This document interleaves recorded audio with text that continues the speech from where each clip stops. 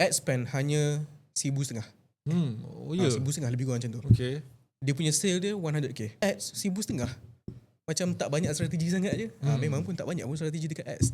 Tapi kita banyak strategi dekat back end. Inilah kita panggil lead gen ni. Lead gen sekadar ads tapi on the back end.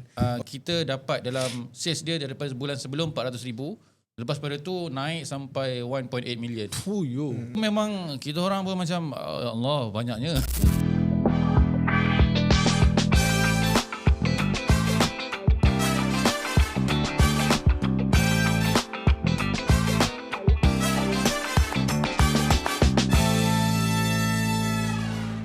Alright, welcome to the first episode of Droid X Podcast, the show where we talk real strategy, no fluff. Kalau you seorang founder atau director syarikat servis, consulting dan coaching yang dah struggle macam mana nak increase client base lain daripada networking atau utilize existing client, you are in the right place. Saya Izzuddin merupakan BD untuk Droid X Agency dan saya bersama dengan founder principal consultant Daniel. Thank you. Daniel Thank you for having Zamlan. me. Yeah. And then kita juga ada co-founder merupakan constant strategist di belakang brand-brand kita yang successful dan dapat brand awareness yang sangat drastik dengan framework storytelling dia sendiri. So welcome Farhan Fernando. Kita dah bantu lebih daripada 20 companies with deep level help going from struggling dengan leads yang tak konsisten kepada consistent high quality sales appointments dengan gunakan strategi psychology based lead gen dan cold outreach. So hari ni saya akan bertanya beberapa soalan dan trust me, benda yang kita cover hari ni mungkin akan menyengat sikit. So let's start with the first question. Let's do it. So first question I have is regarding content marketing kan.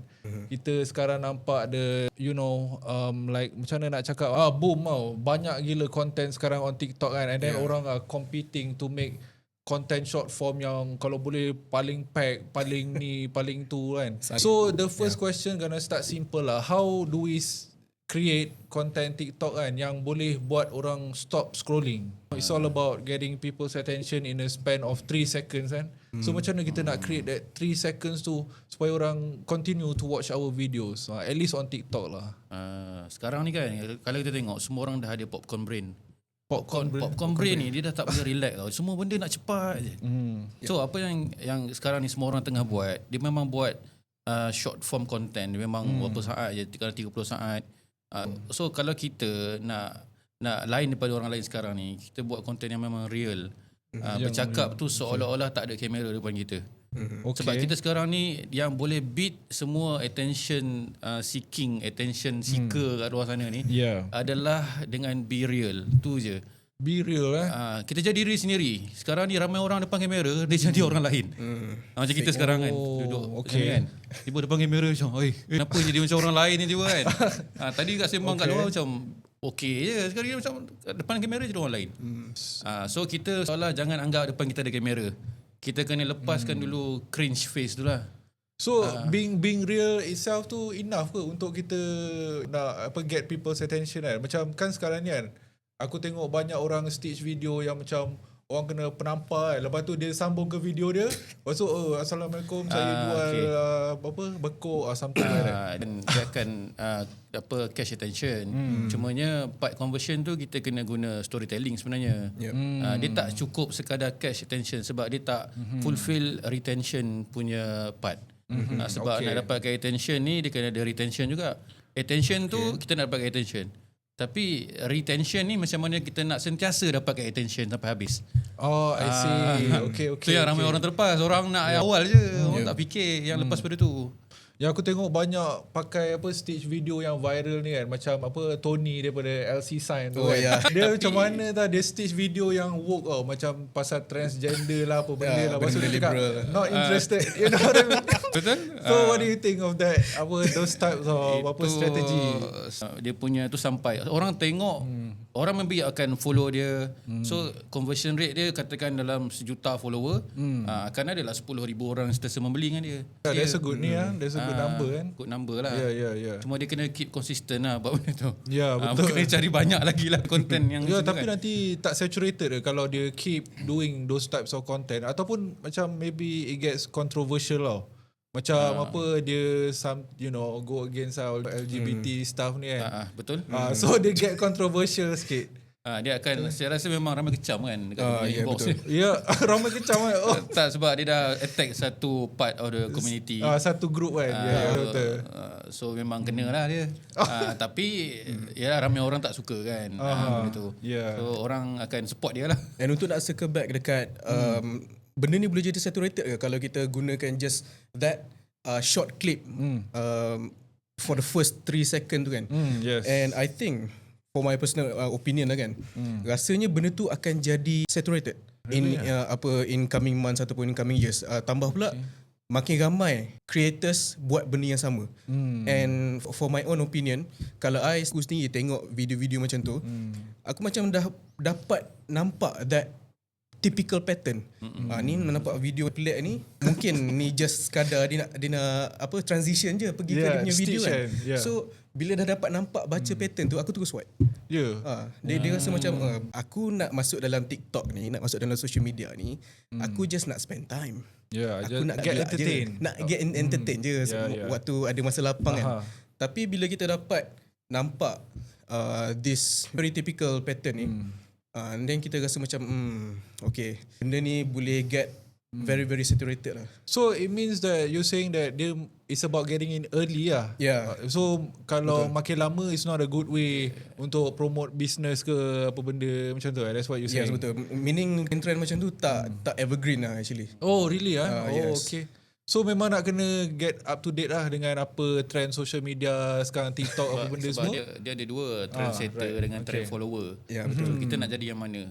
Selalu trendsetter je yang dapat ni apa attention. Ya betul. So okay, aku nak tanya ni pula lah. Tadi cerita pasal organic content kan. Now I want to talk about paid advertising tau. So macam actually aku pernah run apa web design agency tau kan. Buat web design tapi kan aku bayar meta advertising tu. Tapi kan the problem is kan dia sampai mahal gila tau untuk get one leads tau. Sampai 15-20 ringgit nak dapat satu leads. And then what I notice kan, that my advertisement kan is targeted to people yang tak interested pun about apa web design ke apa yang SEO ke yang benda yang berkaitan tu lah. And then lagi satu problem, geographical tau. Dia start pula pergi iklankan aku punya service tu dekat Sabah dan Sarawak, while aku kat sini, aku kat Semenanjung kan. So tu lah 3 problems lah yang aku ni kan, aku sure that ramai business owner kat luar sana yang facing that same problem tau, about having CPL terlalu tinggi and then audience dia tak tepat, lepas tu dengan geographic macam apa jauh sangat dia pergi tau advertisement tu. So what advice do you have for people yang at least lah nak turunkan CPL dulu? Ini memang the most common question lah. Bila business owner datang dekat kita kan, dia macam mengharapkan sesuatu bila dia berjumpa dengan kita. Dia akan complain that CPL sekarang ni asal gila tinggi lah, asal mahal. Nak dibandingkan dengan 5 tahun lepas, even 2 tahun lepas lah, kita tak payah kira panjang, kita kira 2 tahun lepas, still berbeza nak dibandingkan dengan sekarang ni kan. Tapi kalau kita nak dissect balik, nak diagnose balik business owner yang datang dekat kita ni, kita tengok banyak faktor yang mempengaruhi setiap data-data ataupun matrix yang ada dalam Facebook advertising dashboard tu kan. So antaranya adalah sekiranya kalau kita tengok dekat CTR, click through rate. Sepatutnya result utama yang kita nak adalah of course kita nak leads. Betul. Especially kalau kita buat service. Sepatutnya the main result dia adalah kita kena tengok paling last kali.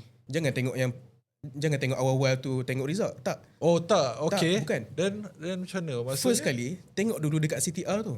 Okay. Kalau let's say CTR bawah 1%, itu maksudnya apa? Orang tak klik. Bila orang tak klik, iklan tu berjalan tapi orang tak masuk. Contohlah dalam WhatsApp ataupun dalam landing page untuk isi form kan. That's why CPL mahal. Sebab orang tak klik.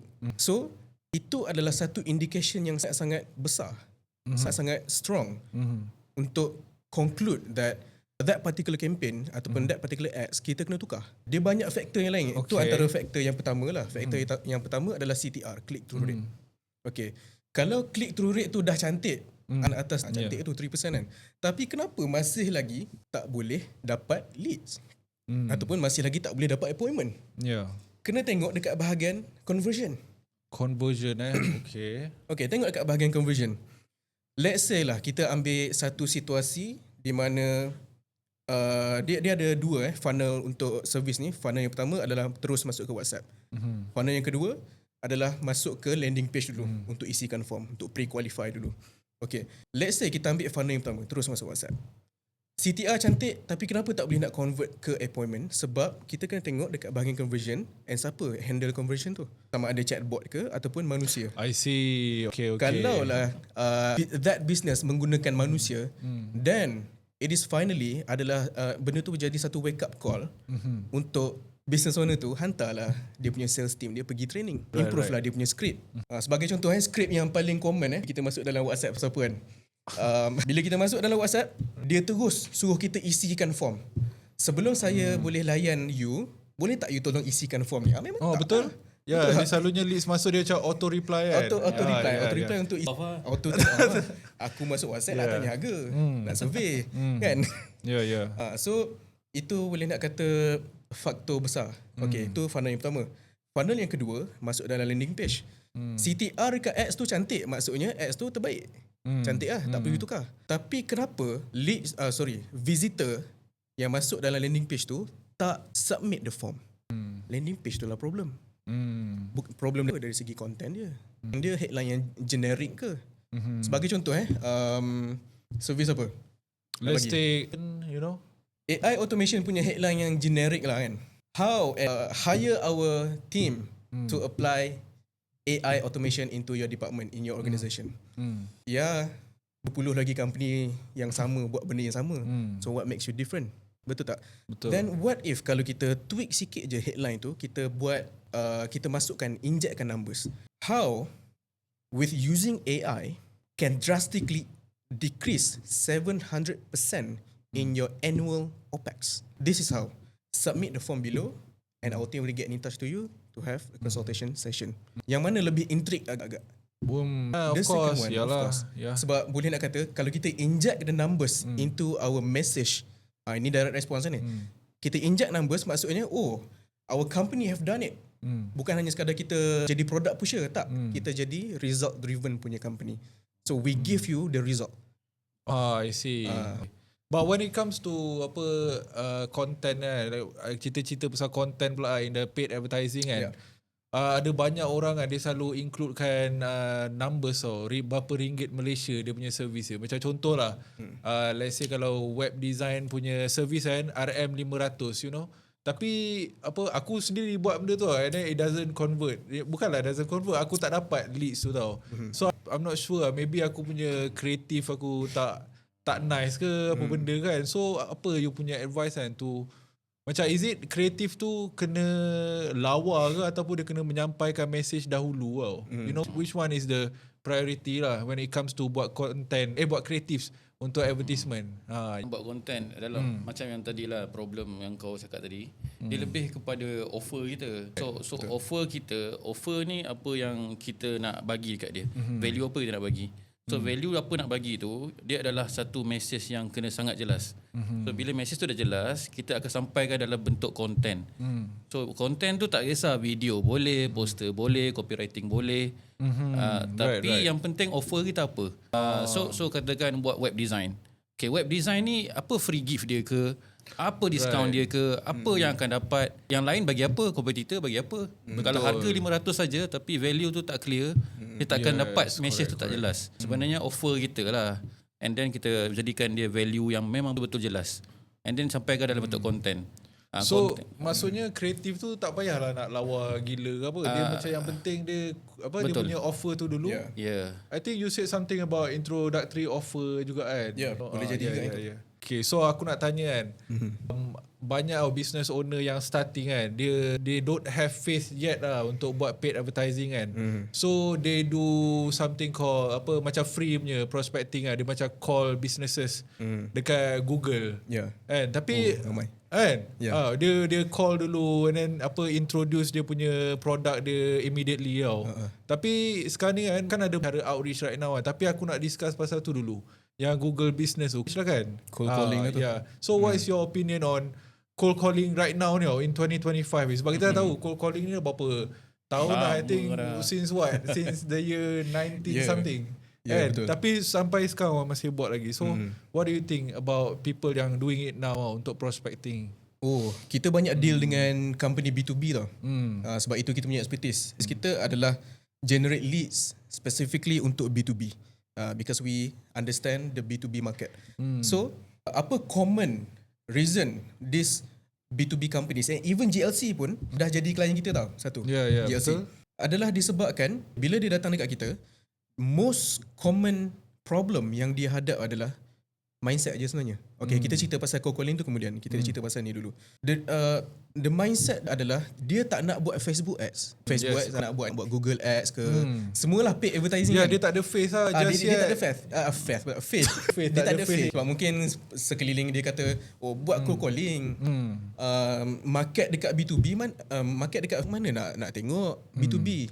B2B ni adalah untuk orang-orang corporate. Orang corporate dekat Facebook. Ya ke? Kita buat kat klien kita jadi je. Oh, ya. Jadi je. Ya. Right. Okay. So itu sebabnya kenapa diorang ni stuck dekat typical cold calling punya method untuk nak dapatkan client. Right. Ada seorang prospek ni, dia dah hampir jadi kita punya client. Ada seorang prospek ni. Okay, dia buat satu consulting, corporate training and consulting. Okay, dia memang pernah nak buat Facebook ads tapi dia kena tipu dengan satu agency. Oh, ya. Marketing agency lah. Yes, Kita ada meeting dengan tu kan. consultancy. Oh, yeah. Yeah. Correct. That marketing agency tipu dia, dah bayar and then tiba-tiba lenyap. So daripada itu adalah one of the biggest reason kenapa dia tak nak buat Facebook ads. So dia terus je buat cold calling. Dan apa jadi? Team dia exhausted gila. Kenapa? Setiap hari kena buat 50 dial, kena dial in 50 Numbers kan. Ya, betul. every single day. Right? Susah lah nak dapat klien daripada situ kan. And ada consequence dia. The cost of inaction kalau dia tak buat Facebook ads ataupun any kind of effective method untuk outreach the potential client tu. Ni adalah hot take By the time kita dah capai 2026, these B2B companies, apa yang aku nampak, boleh slowly dying starting 2026. Okay. Ada tengok tak? Bold claim. Ya, Brooklyn. Ya. Baru-baru ni. Apple baru launch iOS 2026, WWDC 25. Dia macam yang user interface yang macam Windows Vista looking tu kan. Ya, betul. Macam glass tu kan. Okay. Macam gelas memang Right. agak serabut lah bagi aku. UI dia, serabut. Okay. The point here, dia ada launch satu iOS 26 punya feature yang boleh membunuh telemarketer. Boleh membunuh call caller. Sebab apa? Dia ada satu feature yang dipanggil sebagai phone call screening. Okay. Bila aku tengok live waktu tu pukul 2 pagi, live aku tengok, uish, ni bahaya ni untuk B2B companies yang buat cold calling ni. Sebab apa?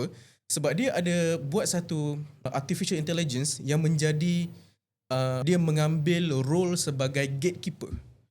Sebelum ni dah ada gatekeeper kalau kita buat cold calling kan. Gatekeeper manusia lah. Business owner tu punya PA ataupun admin kan yang tolong jawab kan. Okay, kali ni AI yang jadi the first layer of gatekeeper, and manusia akan jadi second layer gatekeeper. Maksudnya lepas ni, mana-mana sales team ataupun businesses yang buat cold calling, diorang mostly ataupun majority of the time akan hadap 2 layers of gatekeeper. So apa function phone screening ni? Apa function gatekeeper ni? Bila kita buat call sebagai contoh kan. Kita buat call and aku call kau contohnya. Aku ni sebagai consulting service provider. Aku nak reach out kau untuk offer service aku dekat kau. Kan? Bila aku call, by the time aku call, phone kau tak akan ringing lagi tau. Okay, phone kau tak akan ringing lagi. Apa? Waktu phone kau tak ringing tu, AI tak dengar aku. AI akan jadi gatekeeper. Apa reason for the call? I see. Yeah. Okay. So, bila aku cakap, okay, the reason for the call adalah I nak offer something. I nak offer my service untuk help your company sebagai contoh. And mungkin waktu tu dia ada setting untuk filter or something like that kan. Dia akan auto reject phone aku. Okay. Maksudnya aku as the receiver of the call tu, aku boleh settingkan AI tu aku tak nak terima any calls daripada macam companies yang nak promote their service and betul. stuff lah. Betul. Okay. Sebab sekarang ni pun tak ada AI yang jadi gatekeeper tu lagi. Dia dah keluar dah. Scammer, spam. Tu pun dah keluar dah. Apa lagi kalau dah ada gatekeeper AI ni? Dia tolong jawabkan, dia tolong screening siapa yang tolong call tu, siapa yang call kita tu. Kalau reason tu adalah reason yang boleh diterima, sebagai contoh, contoh prospek nak call confirmation untuk meeting. Baru dia akan ringing. Okay. Boleh filter lah. Boleh filter. Right, So, right. ni boleh jadi satu call lah actually untuk B2B companies ni. Right. Jangan stay on the same method sampai benda tu terlambat. Betul. Macam agak dramatik kan, tapi itulah dia, kena bertindak awal lah. So I wanna kita nak discuss pasal B2B kan. Kalau B2B marketing ni kan, Farhan kan. Macam kan korang dah experience lah B2B and B2C apa. So aku nak tahu lah macam apa yang perbezaan yang kau nampak kan when it comes to buat content untuk B2B companies dengan B2C. Apa perbezaan utama dia tau between these two?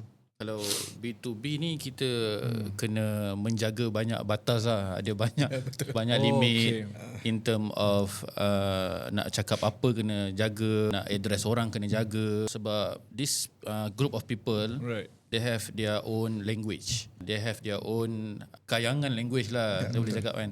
Sebab orang-orang biasa daily conversation dia lain. Macam yang T20 target market yang ni dia lain.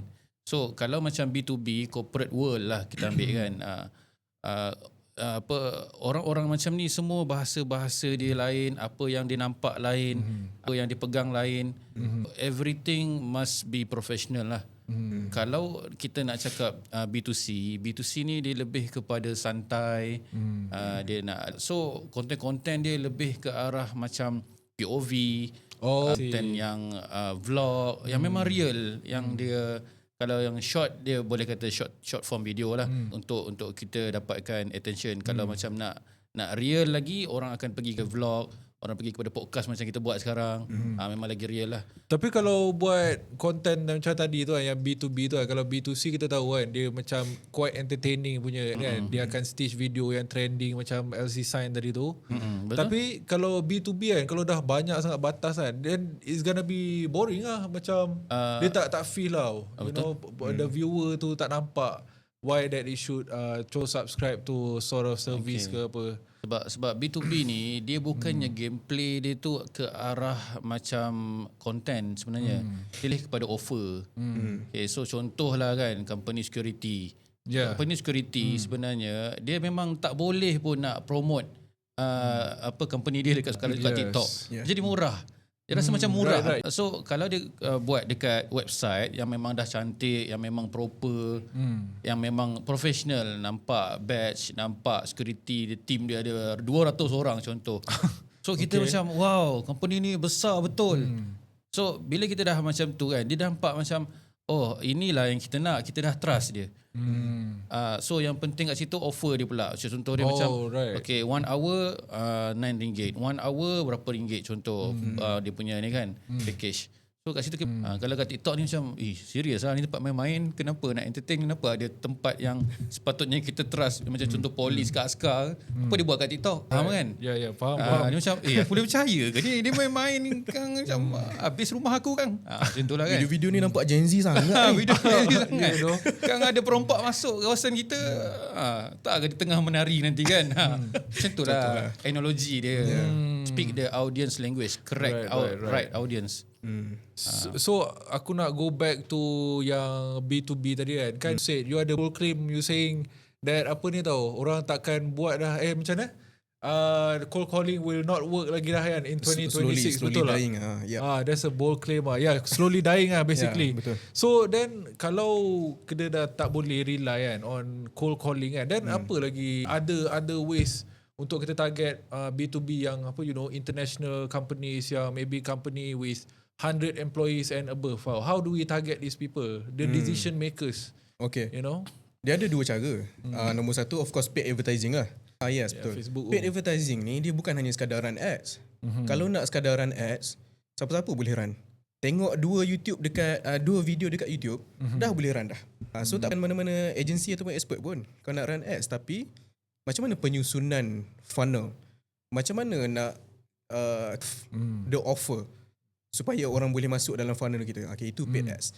Yang kedua pula adalah melalui cold email. Okay. Jauh berbeza nak bandingkan cold calling. Okay, cold email, even though cold email ni adalah satu method yang unsolicited way untuk nak outreach the person, the key directors, tapi benda tu efektif sebab kita buat for our clients. That's why ada JLC datang dekat kita. Sebab JLC biasanya tak sesuai buat Facebook. Tak semua company sesuai buat Facebook ads.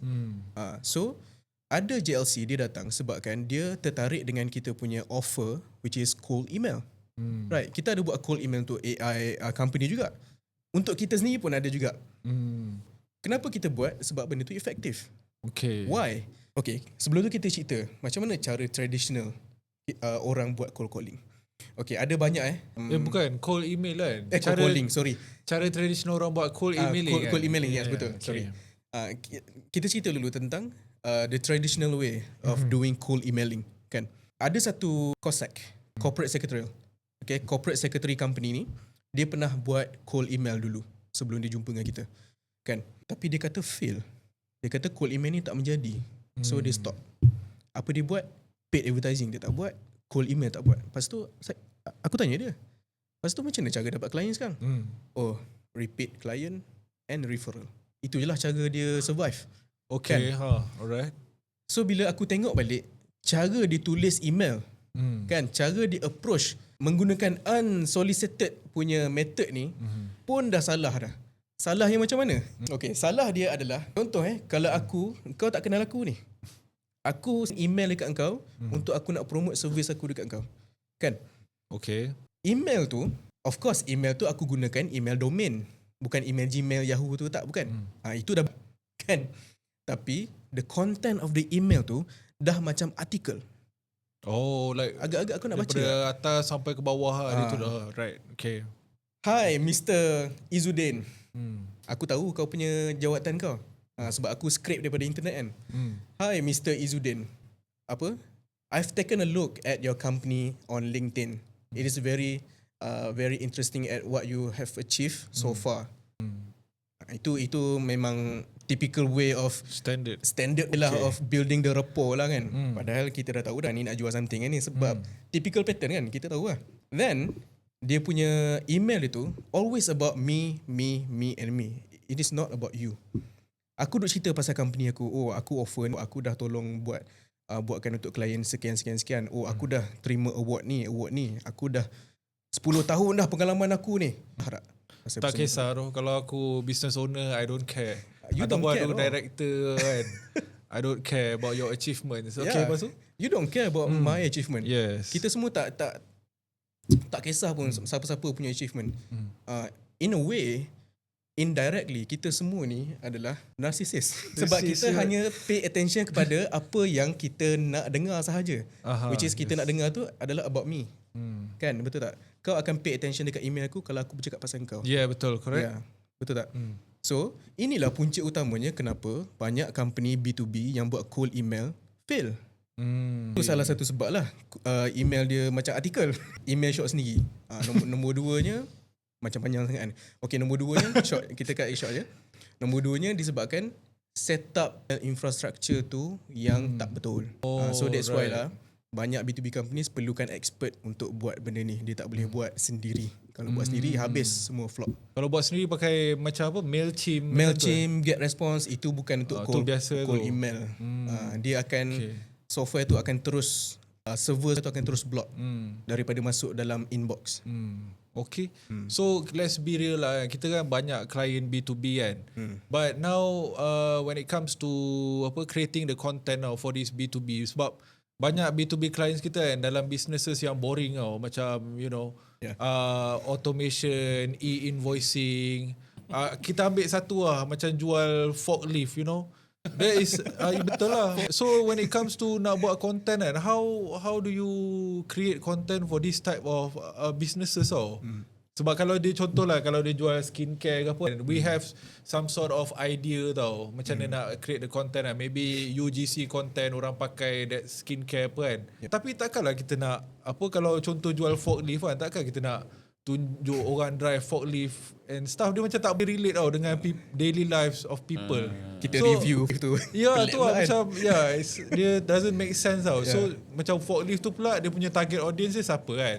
Dia you know, people yang own warehouse ataupun own businesses yang besar kan. So how do you target these people?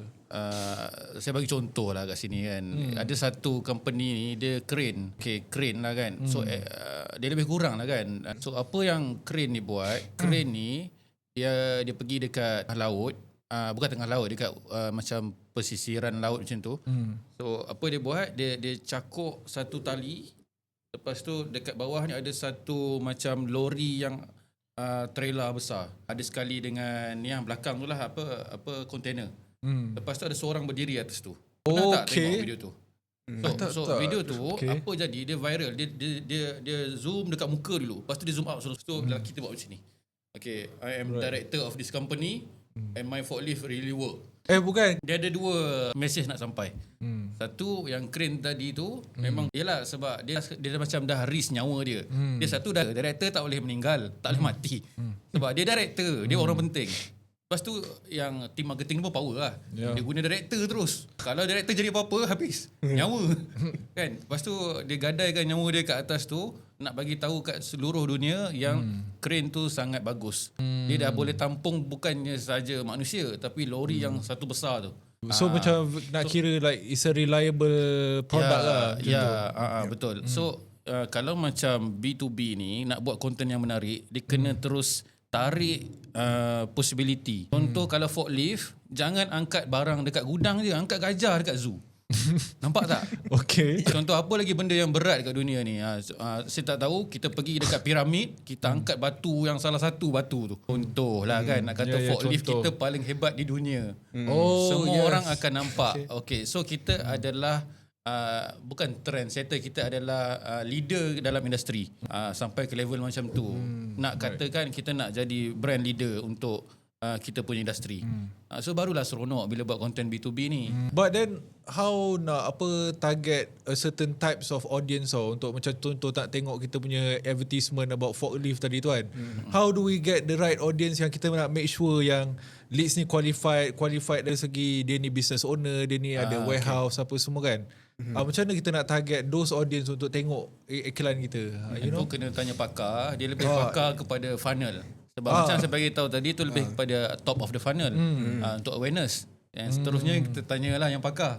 Macam mana? Tu daripada tadi aku tanya macam mana kita nak target the right audience for our ads tau. Sebab aku tak nak macam bazir duit meta ads aku kan. Pergi iklan tu pergi dekat orang yang aku tak target, you know. Aku nak pergi dekat orang yang dah pun interested about contoh forklift tadi tu. So that's those are the audience yang aku nak kan. Tu macam mana aku nak target the specific group of people tau. Okay, untuk bisnes sebesar crane forklift tu kan, dia memang kompleks tau kalau nak buat paid advertising. Kan, kalau sekadar buat konten tu tak apalah kan, tu sebagai awareness je. Tapi apa yang aku nampak, kalau buat bisnes macam forklift ke nak jual crane semua tu, itu dia lebih sesuai untuk buat cold email. Tapi let's say kalau nak tambah channel kepada Facebook ads ataupun mana-mana channel paid advertising lah kan, ambil video viral tadi tu, kita create satu feature yang kita panggil sebagai custom audience. Kita nak buat retargeting. Kita hanya nak target kepada sesiapa yang tengok 90% of the video. So which mean kalau orang tu tengok 90% of the video, maksudnya dia tu macam berminat lah dengan highly likely dia berminat. Kan? So itu keadaan pertama lah, kita buat retargeting. Okay, keadaan yang kedua pula adalah di mana kita keadaan kedua fokus pada cold email. Sebab nak kata macam aku cakap tadi lah. Macam aku cakap tadi, tak semua bisnes sesuai buat paid advertising. Betul. Betul tak? So kalau hanya buat video tadi tu hanya sekadar awareness, no problem.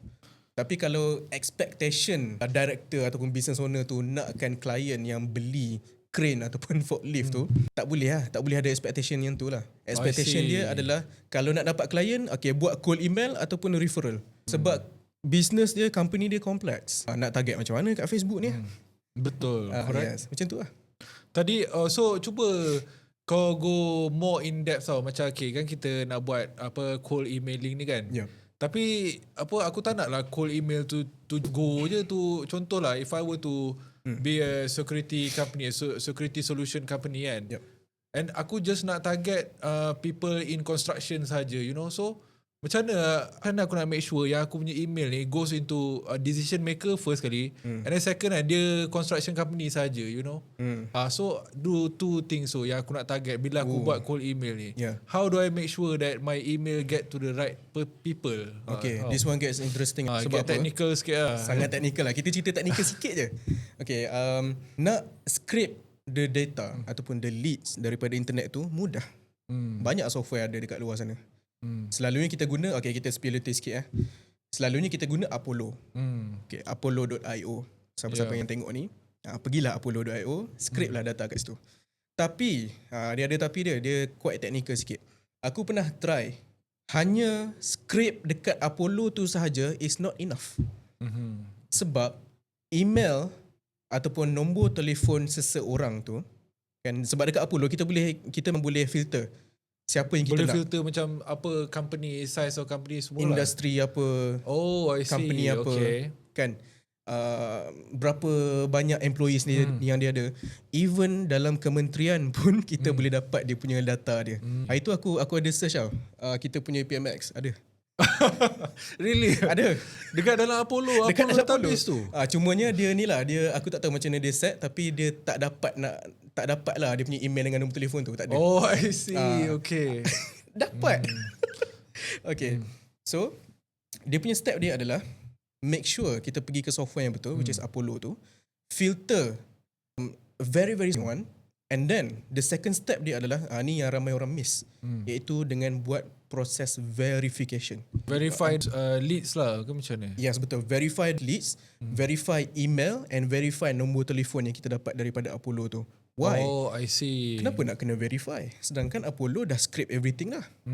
Sebab setiap hari these email addresses and nombor telefon berubah. Orang tukar kerja setiap hari.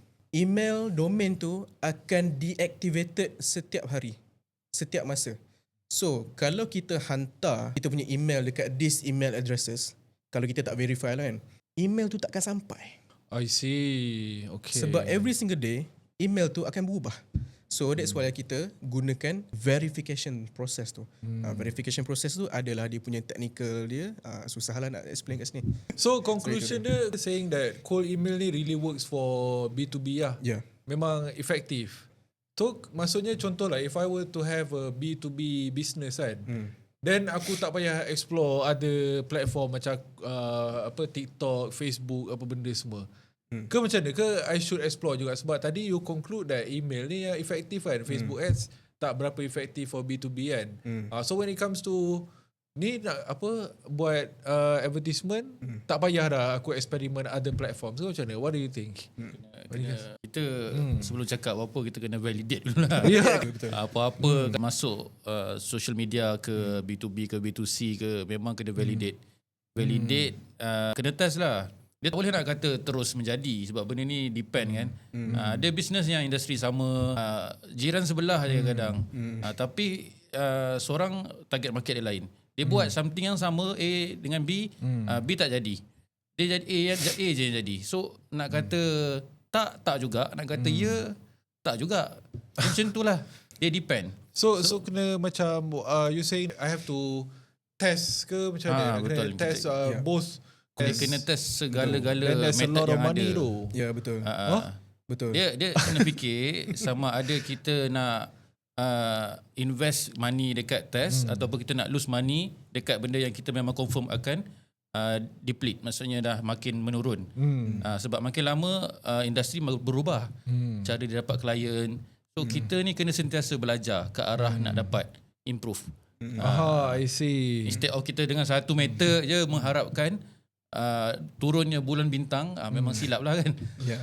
Tapi betul lah, let's say I want to ask a myth lah kan, macam apa, there's a lot of marketer kan dekat luar kan, dia focus mostly on lead generation saja tau. Dia yang dia fokus apa macam nak dapatkan nombor WhatsApp orang je, tapi dia kurang on content nurturing, you know. Okay. Ya ke? What do you think? Macam kau cakap tadi, certain marketers betul dia ada cakap macam tu. Disebabkan dia cuma specialize dalam lead gen je. That's why dia cakap lead gen kena fokus lead gen je. Content tak payah fokus. Kan? Tapi apa akan jadi kalau kita hanya fokus kepada ads sahaja? Okay, dia ada dua tau marketing je. Dia ada dua cabang. Cabang yang pertama adalah response. Macam aku selalu buat lead gen tu. Yes. Okay. Cabang yang kedua, which is otak sebelah kanan, adalah creative ataupun branding. Branding dia Farhan lah. Kan? So, kalau dua-dua ni tak jalan serentak, apa akan jadi kat situ? Dia punya cost, hidden cost yang kita punya sales cycle kita akan jadi sangat panjang. Ya, betul. Orang akan buat keputusan bulan depan, 6 bulan depan, tahun depan pun ada baru nak buat keputusan. Kenapa agak-agak? Sebab kan ads ni of course lah kita tarik orang kan. Tapi bila contoh kita tarik orang tu tanya, okay semua okay, kita bagi the detail and then kita bagi link untuk book appointment contoh kan. Tak semestinya dia akan take action terus sebab kan dia punya dalam, okay kita cerita pasal B2B lah kan. Dalam B2B market ni, behavior kita adalah kita duduk depan komputer, kita buka Chrome kan, Google Chrome. Dekat Chrome dia tu ada beribu tab. Okay. Dia buat apa agak-agak dengan tab tu? Dia tengah scouting lah probably. Dia tengah scouting, yes, betul. So, dia tengah scouting not only you. Dia tengah survey which vendor yang dia nak go forward with. So, that's why lah content kena jalan serentak. So, this untuk means gain the trust. Apa at the same time buat lead generation, content pun I have to take into ni lah. Take into account jugalah buat betul. Content, maksudnya invest into a good content and stuff like that. Sebab kita kena faham ads ni sebenarnya terpaksa orang tengok. Tenang je. Betul. And ramai orang dia kena faham juga organic content ni kita sendiri kena belajar kenapa orang nak kena tengok. So kita kena balance dua-dua ni. Paksa satu kau tengok aku ads, satu lagi tengoklah ads aku. Nampak kan? Beza kan? Tengoklah iklan aku, content aku macam mana. So dia organic ni dia bukan nak dapatkan sales and conversion saja. Okay. Dia nak build kita punya karakter yang ramai audience kita supaya okay dia ni boleh trust. Dia build karakter company kita, build karakter kita. Okay. Dia bukan sekadar paksa orang. Kita pun macam sebab dia long term organic akan menang. Sebabnya cost makin lama untuk ads makin mahal. Tapi nak laju dua-dua naik. Aku ada ni lah, aku ada tengok TikTok about case apa ni, ada company yang jual pickleball punya paddle tu. Paddle lah orang panggil tu. This guy ni dia dah buat dah video sampai Mud Never Zero tu kan. Dah buat dah video sampai 1.1 ke 1.2 million views tau. And then the business owner yang jual paddle tu, dia complain yang dia tak dapat satu pun sale video. You know? Memalukan. So aku ni lah, aku tertanya, is it that dia buat content ni and then views banyak kan, so sales pun dapat banyak, logically lah tapi then that doesn't happen, that didn't happen. So maksudnya adakah bila buat content ni dia ada perbezaan dia, macam ada yang untuk drive sale, ada yang untuk brand awareness kan. So in this case yang Mud Never Zero ni, apa you punya opinion kan about his approach to creating contents in term of marketing macam mana? In terms of marketing, kita boleh clearly tak tahulah dekat kalau di mata ataupun the lenses of marketer, kita nampak video yang dia buat tu clearly and obviously adalah video awareness sahaja, bukanlah video untuk jual kan. So which mean majority of people tak perasan pun dia punya product placement dia. Dia cuma nak consume the content. Dia tengok dia cuma kelakar video ni. Aku like lah. Aku tak nampak pun dia jual apa. Cuma a very small percentage saja yang akan nampak dia ada macam nak jual something. Mungkin marketer lah kan yang akan cakap macam tu kan. Tapi for orang in general, consumer in general, dia tak nampak. So which mean itu adalah soft sell sahaja. That's why lah business owner kena faham soft sell dengan hard sell. Dalam case ni ownernya pickleball tu dia kena belajar lagi lah pasal marketing. Kena belajar. Dia kena belajar. So Kalau when it comes to content pula Ya, macam mana? untuk What do you content pula think, macam mana? Farhan? Kalau konten bagi aku nampak Azim tu memang dah buat konten. Dia buat research lagi rasanya. Yeah. Sebab konten dia memang strategi and dia macam ni, dia buat research yang orang boleh relate. Sebab kalau orang tak boleh relate konten tu, dia tak akan sampai million pun. Betul. Lepas pada tu yang bagi aku yang tak pandainya owner tu lah. Sebab dia bukanlah kita nak kata dia tak pandai apa, dia tak pandai in term of marketing lah. Mungkin dia tak aware lagi lah. Sebab betul. Ya. Sebab dia bagi kita satu feedback yang dia ni tak reti beza ke awareness dengan content sales. Yeah. Lepas tu nak convert content, carilah live host ke apa ke kan. Yang memang terus menjual. Yang tadi tu just nak intro the product ataupun the service. Saya rasa benda ni paling common kot. Untuk orang kena faham lah kan. Dia bagus lah. Okay. Ada cadangan tau. Okay. Untuk owner Pickleball tu. Kalau ada rezeki dia tengok lah kan. Kalau sampailah rezeki lah kan. Ada cadangan. Okay. Disebabkan tu dah ada viewers. So buatlah satu lagi video yang hard selling. Retarget lah. Betul? Retarget lah video yes. viewers yang dah tengok 1.1 million tadi tu.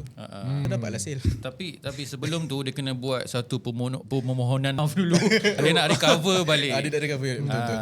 So orang akan nampak orang ni dia pemaaf. Orang Malaysia memang sangat suka maafkan orang. Betul. Memang lembut sangat. Sekejap je. So disebabkan tu dia buat balik permohonan maaf secara terbuka. And then retarget balik. Ya betul. So baru dah dapat win back the heart. So when it comes to, aku nak tanya juga macam kalau kita create content ni kan kita dah cerita pasal brand awareness apa benda kan.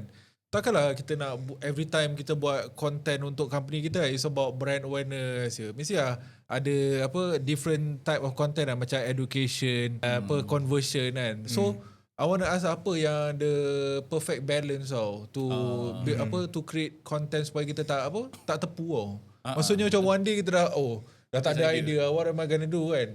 Apa type of content yang aku nak keluarkan today kan. So macam mana, apa balance dia, ada formula tak?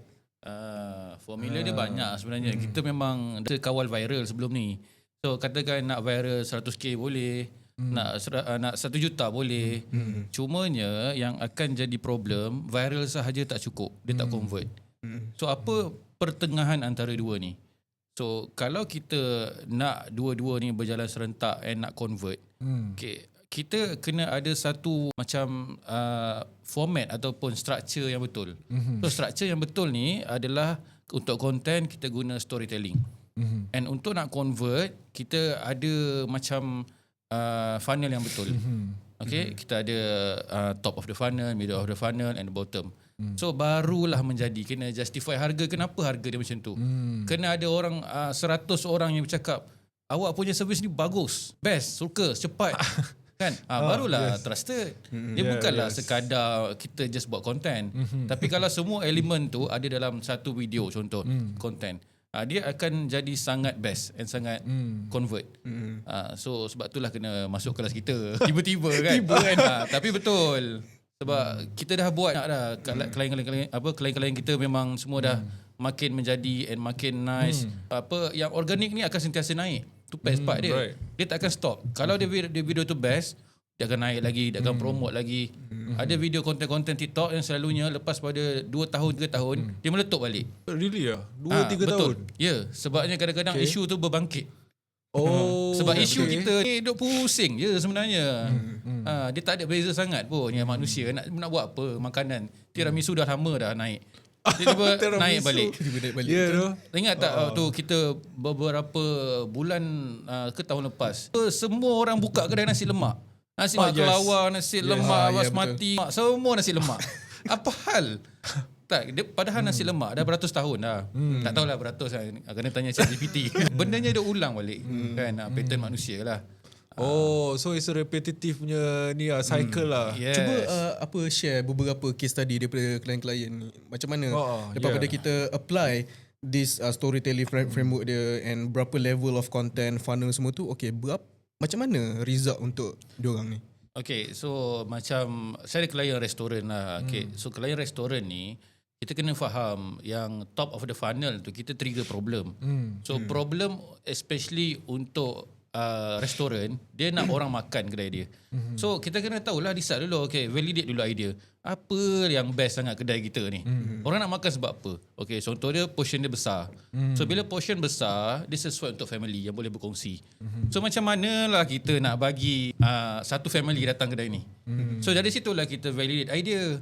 So decision maker, kita kena faham bila restoran nak makan ni bukan yang nak memanglah yang bayar tu lelaki, tapi decide tu isteri dia. Betul kan? So lelaki ni akan tanya, awak nak makan mana? Saya tak tahu. Ikutlah. Ikutlah. Aku tak akan pening lelaki tu. So kita buatlah konten pasal benda tu. Kita buat, okay, kalau wife nak tanya, kalau wife tanya nak makan, kalau makan mana terus dia cakap nama kedai tu. Contoh macam saya buat tu Eva Western. Saya terus dia jawab, Eva Western. Apa? Eva Western. Eva Western. Lepas tu kita dia macam conversation tu kita buat balik dalam konten kita. I see. Okay. So orang nampak perempuan tu flow dia macam lah yang berlaku dalam otak aku sekarang. Secara unconsciousnya benda tu tengah jadi dalam otak dia. Lelaki tu pun memang betul lah, stres aku. Lebih baik aku cakap Eva Western je. So apa lagi what do you mean macam contoh about apa buat content unconscious tu? Aku tak berapa nak grasp sekarang ni idea. Sekarang ni kita ada banyak sangat dalam otak. Cumanya kita tak sedar. Contohnya macam konten-konten yang pasal lasagna. Macam saya sendiri ada company lasagna. So lasagna ni kita kena tengok, okay, lasagna ni apa masalah nak kita solve. Contoh dia yang bermain di fikiran mak-mak, anak susah nak makan, picky eater. Asyik-asyik nak hot dog, mak ni nak bagi fiber ke macam mana, nak bagi apa nutrien yang lain macam mana. So salah satu dia kita start dengan kita bagi tahu, untuk anak-anak yang mana picky eater, lasagna ni 9 daripada 10 mami-mami kat luar sana dia prefer sebab anak dia susah makan. Tapi bila bagi je lasagna ni cepat je habis. And dia tak berkongsi pun. So nampak tak kat situ? Tapi benda tu mak-mak dia tak tahu, dia tak aware benda tu. So benda lah yang kita kata unconscious. I see. Okay. Apa yang bermain di otak kita sekarang kan. Tapi kita tak sedar. So dapat tap yang tu, dia trigger yang tu, konten kita memang meletup lah. So kita belum discuss lagi tau. Kita dah cakap banyak pasal TikTok apa benda semua kan. Tapi what if kalau contoh business macam fintech atau enterprise software, is it a good idea to invest in buat advertising dekat TikTok? You know, sebab TikTok kan orang kan pergi TikTok nak get entertain kan. Nak ni je, nak buat nak melawak and stuff kan. So what if kalau macam contoh fintech industry tiba-tiba promote on TikTok, you know, dia make sense tak? Yeah, make sense. It makes sense, tapi kan TikTok kan, ya betul. You know, TikTok kan ke Facebook ke tak kisah. Platform. TikTok ke tak kisah. Janji cara apa yang kita promote. Sebab tu penyusunan funnel tu kena betul. Bagi contoh kalau satu fintech software ni harga dia setahun dalam 12,000 contoh lah kan. 12,000 setahun. Sense kalau kita terus promote 12,000 setahun on the ads right out of the gate. I see. So, okay. Apa yang banyak company software buat, apa sebab kita sendiri pun ada white label software. So, apa yang kita buat and banyak software ataupun SaaS, software as a service company ni buat adalah dia bukannya terus jual dia punya software dia. Dia ada 2 jenis introductory offer. That's why penting introductory offer tu untuk B2B businesses ni. Nombor 1 adalah dengan cara offer free trial. Banyak company dekat luar sana yang buat software ataupun SaaS ni, dia offer free trial. Either 14 hari trial ataupun 30 hari trial. Ada company sampai 3 bulan trial. 3 bulan Betul. Sebab dia nak showcase the value dulu sebelum orang boleh invest dalam dia punya software dia. Itu typical way. I see. Cara yang kedua, introductory offer dia adalah dengan cara dia buat okay, sebagai contoh macam contoh fintech software. Okay, kita bagi inilah accounting software lah macam yes. BYOB tak? No. In general MYOB accounting tak tahu what accounting software tapi what's the example? In general lah kan. Kita offer satu free webinar. Okay, kita buat satu ads free webinar tu, kita tak payahlah sebut nama software tu. Kita tak payahlah roll up our sleeve untuk bagi tahu dekat orang, aku ada software ni. Tak, bukan. Introductory ads kita cakap, how would you like untuk save of OPEX every single year. Contohlah aku bagi of course business owner berminat. Aku nak decrease aku punya OPEX aku. Cost aku tinggi. Sale tak boleh naik, at least kita boleh turunkan cost. Sebagai contoh kan. Yeah. So, contoh aku sebagai business owner, aku nampak ads tu, okay, aku nak register lah webinar ni. Aku tak tahu dia ni nak offer apa. Nak offer coaching ke apa ke, tak tahu.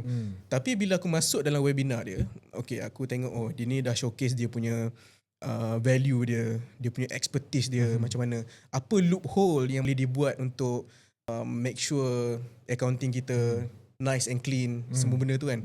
Then dia terus smoothly transition kepada, okay, I have this software untuk bantu you capai that target target untuk decrease your OPEX sebagai contoh. Okay. Make sense. Baru macam ni rupanya untuk nak decreasekan cost ni kena ambil software ni sebagai tu. So it's about a certain way of creating the content to be effective on TikTok advertising. Ya, betul. And you saying that jangan immediately jual the service yang our core service tu, tapi instead buat introductory offer macam tu kan. Nak jual immediately boleh pula. Okay. Ada satu situasi dia kena budget banyak lah. Kalau yeah. budget limited tak boleh lah. Nanti business owner tu akan complain, Facebook ads tak jadi lah. Cost per lead RM50 mahal. Yeah. Padahal kan harga software tu RM12,000 setahun. Make sense lah kalau RM50 satu lead. Ya, betul. Contoh. So okay, aku nak discuss juga, aku nak tanya lagi about TikTok kan. Memanglah kalau kita tengok TikTok is all about likes and views kan. Tapi apa lagi ada form of measurement yang kita nak tahu whether kita punya content ni menjadi ke tak tahu. Other than likes and views, you know. Sebenarnya kalau kita tengok kan sebab susunan dia. Contoh. Okay. Aku ada tengok one of the yang kau cakap even though kau punya views tu low about 46,000 or something like that. Tapi you said that you get 20 leads macam tu. Okay. You know, and on the Rap Auto Works kan. Betul. So that's why I'm curious about apa lagi ada form of measurement yang kau nak tahu whether that content tu successful or not. Okay, so sebelum apa-apa kita kena validate idea dulu. So dah validate idea, kita akan tahu angle ni memang berkesan menjadi. So untuk tahu dia menjadi tu selalunya kita validate by ada orang komen tak tanya pasal produk kita, servis kita. So bila ada tanya tu, bila ada soalan tu, barulah kita rasa macam betul lah konten ni menjadi. Bila ada orang tanya je, walaupun seorang. Sebab apa? Sebab dia dah trigger problem dia. I see. Kita dah service and message tu dah sampai. Kalau selalu orang tak tanya, orang bagi logo orang bagi emoji like tak sampai. Maksudnya orang tu macam entah kan ke anak dia tertekan ke. So kalau ada orang tanya, tu maksud dia ramai orang kalau dah ada 20 leads tu maksudnya lebih kurang kita kata dalam 2 orang ke 40 orang tanya. Service ni okey ke? Macam mana saya nak ni? Saya nak contact siapa? So barulah kita dah validate content tu dalam bentuk organik sebenarnya. So bila organik dah nice, barulah kita go ads. So barulah jimat cost and kita dah validate dah content tu kan. So itu salah satu lah indikator je. And kalau kita tengok sebenarnya kita boleh tengok like, comment, save dengan share. So kita tengok hierarki yang paling best, yang paling bagus adalah share. Kalau orang punya content tu memang sangat bagi benefit dekat semua orang. Tapi kalau orang tu save, maybe bagi benefit dekat diri dia. Kalau orang tu komen, dia nak something, dia nak engage, dia nak tanya something, dia ada curious. And dia berani tanya. Kalau orang tu tak berani, dia akan PM. Ataupun dia akan buat research sendiri lah. Macam saya tak berani. Saya kategori tak berani nak tanya kat komen sebab malu. Nanti makcik aku nampak tanya apa kat sini. Dia komen pula lagi malu kan. So saya jenis yang buat research, memang kau research barulah saya decide nak beli. Macam ni like ni dah macam tak beri makna lah sebenarnya. Tapi views tu bagi saya dia bagus juga, indikator nak menunjukkan algoritma suka. I see. Sebab dalam buat konten ni, especially konten TikTok lah, dia ada attention tu maybe 3 saat pertama and selebihnya adalah so dalam buat ads pun kita kena tengok dua benda ni kan. So bila dah ada retention tu tinggi, barulah views tu akan naik kau dia akan buka 1000 view, 10,000 view, 100k views, 1 million views punya reach. Right. Okay. So, macam itulah cerita dia. So okay, kita dah ni dah kan. Kita dah, let's say kita dah create content kan. Kita dah buat dah paid advertising, and then kita dah dapat dah the leads tau. Maybe let's say we get like 100 to 150 leads for that month kan. After kita dah buat dah content paid advertising semua. Tapi kan when it comes to leads ni kan, apa dia yang text kita tau, dia yang message kita. Lepas tu kita message balik kan, dia dah tak reply lah. So aku faham, we have to follow up kan. We have to follow up, hantar message pun kan. Tapi takkanlah every time to follow up kita nak tanya, tuan berminat lagi tak ni? Takkan kita nak cakap benda yang sama every time kita follow up dengan dia kan. So apa your strategy untuk an effective way to follow up with these leads ni tau. So eventually kita akan dapat appointment lah at least with these leads. What's your strategy? Okay, sebelum kita cakap pasal strategi, kena faham dulu the behaviour. Behaviour. Okay. Behaviour of the leads yang masuk bertanya. Okay, kita panggil ini sebagai customer journey lah. Okay, customer journey. Customer journey ni banyak halangan tau. Okay, kita macam line. Okay, straight line ni. Okay, point A adalah di mana dia sekarang ni tengah, dia dah nampak kita punya ads. Okay, point B adalah dah jadi kita punya klien, dah bayar kita lah. Contoh. Tengah-tengah adalah di mana dia sekarang ni tengah engage dengan kita. Okay. Bayangkan straight line ni, kan, dekat luar, atas, bawah straight line ni ada dot, ada bulat, ada distraction lah kita panggil. Right. Okay. Dia leads dia tak pergi straight tau. Dia akan pergi situ, dia akan pergi sini. Right. Okay, dia pergi sini kenapa? Waktu aku nak engage dengan kau, tiba-tiba mak aku panggil lah, aku kena pergilah tengok mak aku nak apa kan. Lepas tu aku masuk balik dalam line, aku tengah tanya kau, aku tengah research pasal company kau. Tiba-tiba, alamak aku kena pergi sini pula, kucing nak terberanak pula dah kan. Okay, tak apalah, aku settlekan ini dulu. Aku tak reply kau lagi ni. Lepas tu dah settle lah kucing dia tu beranak. Okay, dia masuk balik dalam line. Straight line tu kalau kau follow up. Kalau kau tak follow up, dia tengok tu. Okay, kena faham itu dulu lah. Orang takkan pergi straight, akan banyak distraction. Okay, dah faham dah pasal behaviour. Dia strategi. Okay, macam kau cakap tadi, takkanlah hari-hari kita nak tanya masih berminat ke. Penat kan? Penat dah kan. Member tengah nak mak dia, kita tanya berminat ke. Okay, macam ni. Nampak desperate lah kalau kita tanya berminat ke tak hari-harian. Okay, dia macam ni tau. Cara yang efektif macam mana nak follow up almost every day tanpa kita annoy dia ataupun annoy that leads adalah dengan cara, inilah benefitnya ada banyak content. Adalah dengan cara hari-hari kita hantar link content tu je. Kita tak hard sell tau. Kita hanya nak share sahaja content kat dia. Salam, saya nak share. Contoh kita bagi contoh. Kita bagi business, let's say consultancy company. Okay, corporate training dalam corporate training, yes. Corporate training specifically dalam customer. Kalau that corporate training company dah ada banyak dah content. Okay, ada content case study, content education semua tu. Setiap hari aku akan hantar dekat kau, salam tuan, saya nak share satu video yang tim saya dah buat untuk nak overcome customer yang, so saya sertakan link, semoga bermanfaat. Kita tak jual apa-apa pun. Right. So basically you saying macam offer a free value ke macam mana? Offer a free value. Itulah pentingnya ada content banyak tadi tu. Supaya hampir setiap hari kita ada modal, kita nak hantar apa, kita nak follow up apa. Ni value driven follow up lah. Macam tu. Sebab objektif utama kita untuk nak follow up ada dua. Nombor satu adalah untuk nak make orang tu reply. Itu nombor satu. Yang kedua adalah untuk nak make sure brand kita always on top of their chat log. I see. Kita punya WhatsApp banyak chat. Kita akan tenggelam sedalam-dalamnya kalau kita tak follow up. So every single day kita follow up, kita akan naik atas. Sampailah dia dah boleh fokus on the straight line, dia akan buat keputusan untuk book appointment. Ingat tak hari tu? Leads kita ni dah 2 bulan tau. Dah 2 bulan kau follow up hampir setiap hari tau. Dengan menggunakan this strategy. Tiba-tiba hari tu dia nak book appointment, betul tak? Betul. Correct. And dia book appointment, kita dah bercakap dengan dia, ui dia ni high potential ni. So conclusion dia adalah jangan judge, jangan judge leads tu. Could I be see. yang tak bulan bertahun-tahun tu, it could be dia lah the best client yang kita boleh dapat. Betul. Tapi disebabkan kita dah give up follow up.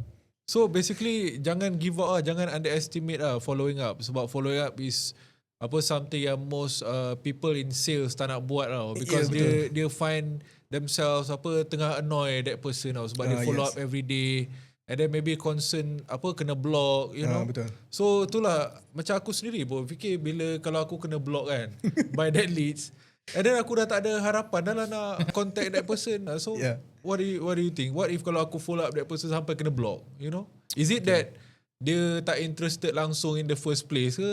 Betul. 100%. Oh. Kalau dia dah block, maksudnya dia memang not interested in the first place. Dia mungkin dia tersilap tekan ke waktu tu, kita tak tahulah kan. Tapi boleh nak kata majority of time kita buat strategi yang macam ni, value driven follow up ni, kita 99% tak block pun. 99%. So kita fokus on 99%, 1% kita tolak tepi. I see. So okay, aku nak tanya about ni tau, about content lah kan. Aku faham dah yang kau dah buat, mesti kau dah banyak experience kan, create content B2B, B2C. And then B2B, B2C ada difference dia in creating the content for these businesses. Tapi kan there must be a certain formula tau yang kau stick with daripada awal until today. Buat all types of contents. So aku nak tanya kau, what is the winning formula untuk you create B2B or B content, you know? B2B dengan B2C ni yang yang align dia ada satu je, storytelling. Bukanlah nak kata macam content POV ke, content macam trend ke, tak berkesan. Content tu boleh je, cumanya bila kita nak buat conversion, storytelling is the best way lah. Ni based on my experience lah. Dia tak nak kata ada salah, ada betul. Tapi selalu kalau macam aku guna je content storytelling, dia akan menjadi. Dia punya rate of success tu tinggi lah. 90% and above lah. Kalau kita tanya pun macam kita buat structure storytelling kan. Kita masukkan structure tu dalam ChatGPT contoh. ChatGPT kata, wah sangat best, berkesan benda ni. Success rate dia 90% and above. So benda tu dah validate lah. And saya buat lebih nak kata saya tak ingat lah, dah beratus-ratus video kita buat. Memang kita boleh katakan siapa je guna framework ni, storytelling ni, insyaAllah lah konten dia paling-paling pun dalam 50k, 100k. Kalau bernasib baik, memang million lah. And yang penting dia, kita tak nak dia just viral, kita nak dia convert. Betul. Tak ada guna lah viral sahaja kan, jadi macam apa tadi, pedal apa nama, pickleball pedal. Kita tak nak jadi macam tu. So untuk B2C pun sama, B2B pun sama. Storytelling, sebab kita manusia memang suka bercerita. Mana ada orang datang-datang terus buka kelas. Aku jumpa kat kedai mamak, hari ni kita nak belajar something. Kita buka kelas, kita bilang, "Oi, kau tahu tak tadi apa jadi?" Ada lembu kat tengah jalan tu, dia lari. Aku tak tahu hari ni idea adha ke? Hari ni raya ke? Hari ni raya. Kenapa kau tak ada pergi sembahyang tu raya? So dia jadi cerita tu best. Tak adalah hari ni saya nak bercerita, hari ni saya nak beritahu dekat awak, tadi ada lembu dia berjalan di tengah jalan. Dia jadi tak best. I Faham see. tak? So you saying that maksudnya dalam storytelling itself tu dia kena ada macam some sort of hook. Okay. Alright. Okay. So tadi kan aku nak go back into audience targeting tadi tau. Audience targeting kan. What if kalau kita punya audience kan are some serious, macam CFO, engineers, enterprise buyers kan. Is it that bagus kalau kita still guna Instagram and TikTok to target these people, the decision makers in advertising? Yes. Bukan sebab tadi you said cold email prospecting is the best way to target the decision makers. No, bukan macam tu. Cold email memang highly effective kalau kita nak get in front of the decision makers directly. Okay. Tapi untuk TikTok, kat Facebook, of course boleh jadi efektif kalau kita speak their language. Tadi kan you said just now. Kalau kita speak their language, then orang akan dengar. Walaupun mungkin lah sebagai contoh, buat business consultancy service ni memang views tak banyak pun. Sebab dalam social media orang-orang CFO, orang C-level ni mana spend time sangat dekat social media. That's why lah view kita pun tak berapa ada. Betul? Okay. Ini memang betul. Tapi klien kita boleh pula beratus. Ya, betul. Betul. Sebab market tu sendiri. So, kalau dah ada orang tengok kita punya video and kita speak their language, kita offer the solution and kita understand their problem better than they understand themselves, then barulah boleh convert. Okay. So apa kita kena get a bit deeper lagi lah kan. Yep. So dalam B2B ni kan, apa yang lebih penting tau. I know tadi kau cerita pasal introductory offer apa benda semua kan. Yep. But which one is more important now? Is it the traffic volume ataupun strong offer dahulu? Every single time. Offer. Offer is king. What about volume kan? Sebab kalau volume tu masuk dengan banyak dan konsisten kan, tu pun is an indication yang mengatakan the campaign is Kita tengok sendiri lah video Pickleball tu. Volume berjuta tapi tak ada conversion. So nak itu boleh jadi satu justification yang sangat-sangat strong that volume maybe number 2, number 3. The highest priority yang kita kena take to account adalah offer. right. Kita pernah run satu ads. Dia punya reach dia boleh nak kata puluh ribu dalam masa 2 minggu. Okay, tak ingat dah industri apa. Klien yang mana satu, tak ingat dah. Okay, 10,000 dalam masa 2 minggu. Okay, tapi agak susah untuk nak convert. Kenapa klien seorang lagi ni reach dia baru dalam 7-8 ribu. Tak dah yang nak convert. Why? Kenapa agak-agak? Okay. Yeah. Sebab offer. Kalau offer strong, volume tak kisah berapa pun, akan ada orang berminat. So aku nak tanya about ni pula tau, about B2C market kan. Yep. Macam now kan, I think the trend untuk B2C market is that people like to use UGC videos, user generated content kan. So what's your opinion on UGC instead of traditional advertisement? User generated content ni bagi aku agak skema tapi berkesan lah. Betul. Tapi dia skema. Dia macam budak buat assignment. Assignment dekat ni lah, kalau ambil meskom lah kan sekarang. Selalunya lah. Dia memang skema UGC ni, tapi berkesan. Bukannya sebab cara tu, tapi mesej. Okay, cara tu tak kisah, tapi sebabkan dia bagi kita satu point of view customer. Yes. Sebab tu dia berkesan. So yang menjadi trend sekarang ni, UGC ni sebenarnya user tu sendiri yang buat konten sebenarnya. So dia termasuklah konten-konten yang affiliate marketer buat, orang yang review produk ke, review servis ke, tapi dia untuk buat konten cakap pasal produk dan servis kita. So bagi aku tengok dia tak ada hal pun sebenarnya di UGC ke, dia affiliate marketer ke. Yang penting message tu kena jelas. And UGC tu dia salah satu nak kata medium je lah. Nak cakap itu konten daripada user. Yes. Itu je. And dia sangat berkesan kalau kita buat macam tadilah, ada story and kita target untuk convert. Kita bukan semata-mata buat untuk awareness. So kalau as a brand kan, macam kita memanglah dah create content kan, tapi how often kita patut post tau? Kita patut post setiap hari ke untuk, let's say kita nak menaikkan lah brand awareness kita kan? How often should we post on the account, you know, on IG or TikTok? Kalau logik dia macam ni, kalau kita ada kawan kan, kita ada beberapa jenis kawan kan. Kita ada friend, kita ada best friend. Berapa masa yang kita spend dengan best friend dengan bandingkan dengan kawan-kawan kita yang lain? Mesti best friend lagi lama kan. So logik dia dekat social media ni pun sama lah. In order nak jadikan audience kita ni best friend, kita kena banyak lagi lah spend masa kita buat konten untuk dia. So katakanlah, okay, kita buat dalam 10 konten. So nak dibandingkan dengan seorang yang buat satu konten.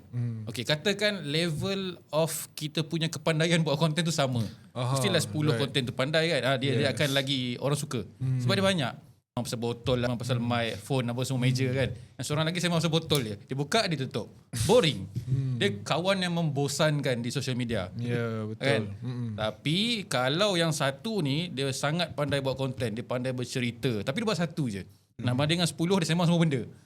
So, ratio tadi, dia akan naik dalam masa yang, dia akan jadi seolah-olah dua kawan best friend kita yang seorang pandai benda lain, seorang pandai benda lain. Seorang yang cakap ke laut banyak tapi kita suka dengar. Seorang lagi yang cakap satu benda je tapi kita sangat nak dengar. Aha, Tapi dua-dua best friend kita. Tapi sekarang kalau kita yang satu tadi buat 10, dia memang pandai. Tapi yang 10 tadi tu dia buat 10 je. So sekarang ni siapa best friend yang berkualiti kita? Yang pandai and dia buat banyak.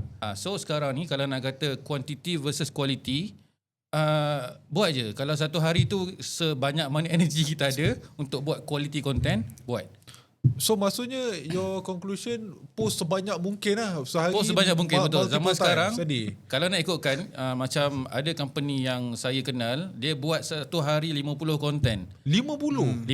Dia ada team yang boleh buat, editor yang ramai. Sebab kan kena ingat, kalau kita ada company and service business, kita kena banyakkan konten untuk kurangkan kos pelit kita. Kena faham benda tu dulu. Kalau macam organic ni, gameplay dia lain pula. Tapi untuk yang nak business ni, nak convert ni, kena banyak supaya kos pelit. So nanti bayangkan sepatutnya dia hantar satu konten je. Tapi kalau ada 50, tak ke peningnya meta tu. Aku nak hantar mana ni? So dia hantar semua. Tapi kos dia makin murah. Right. Macam tu. Kalau satu je dia bagi satu je lah. Kau tengok lagi. Tak ke pening audience nak tengok kan. Customer tu. Macam tu lah dia punya analogi dia. So aku nak tanya about format dia pula lah kan. Dia ada videos kan, but also ada yang post carousel tau. So macam you think like carousel, I think you ada pernah cakap yang carousel ni could be a good alternative to buat advertisement ataupun content. And why is that? Sebab selalunya bukan carousel orang scroll je ke through. Tak.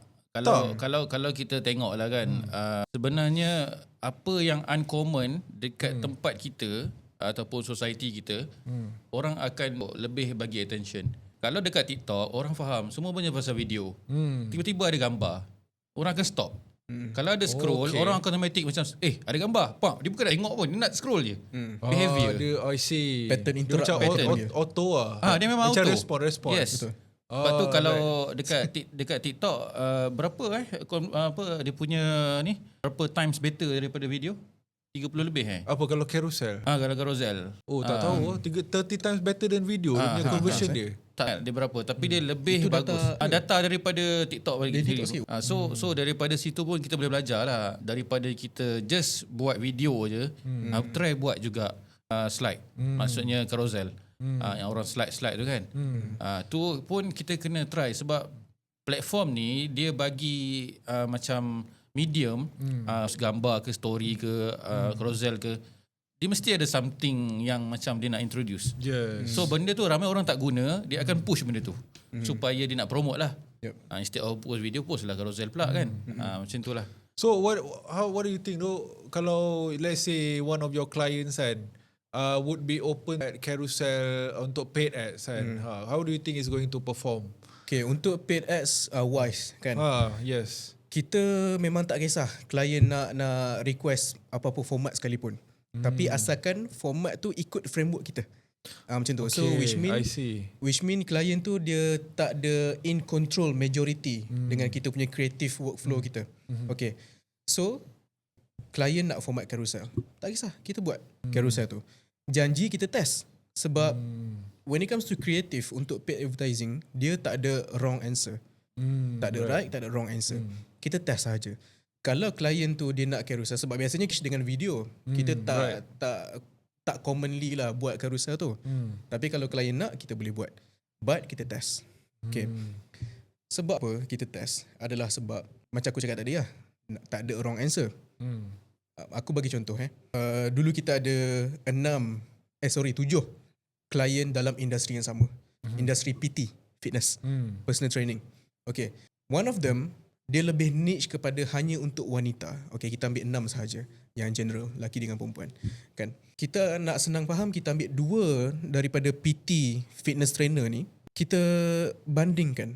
Sebab most common question yang kita selalu dapat, selalu dapat adalah static image ke ataupun bahasa orang kita poster ke video Selalunya yang paling bosan yang kita selalu bagi, it depends. Ya, macam aku cakap tadi ya. Tergantung lah. Memang bergantung lah, tak ada right orang. So nak cakapnya 2 fitness trainer tadi tu, dia bagi kita tak pelik pun, tapi bagi klien yang kita bagi case study, dia orang pelik.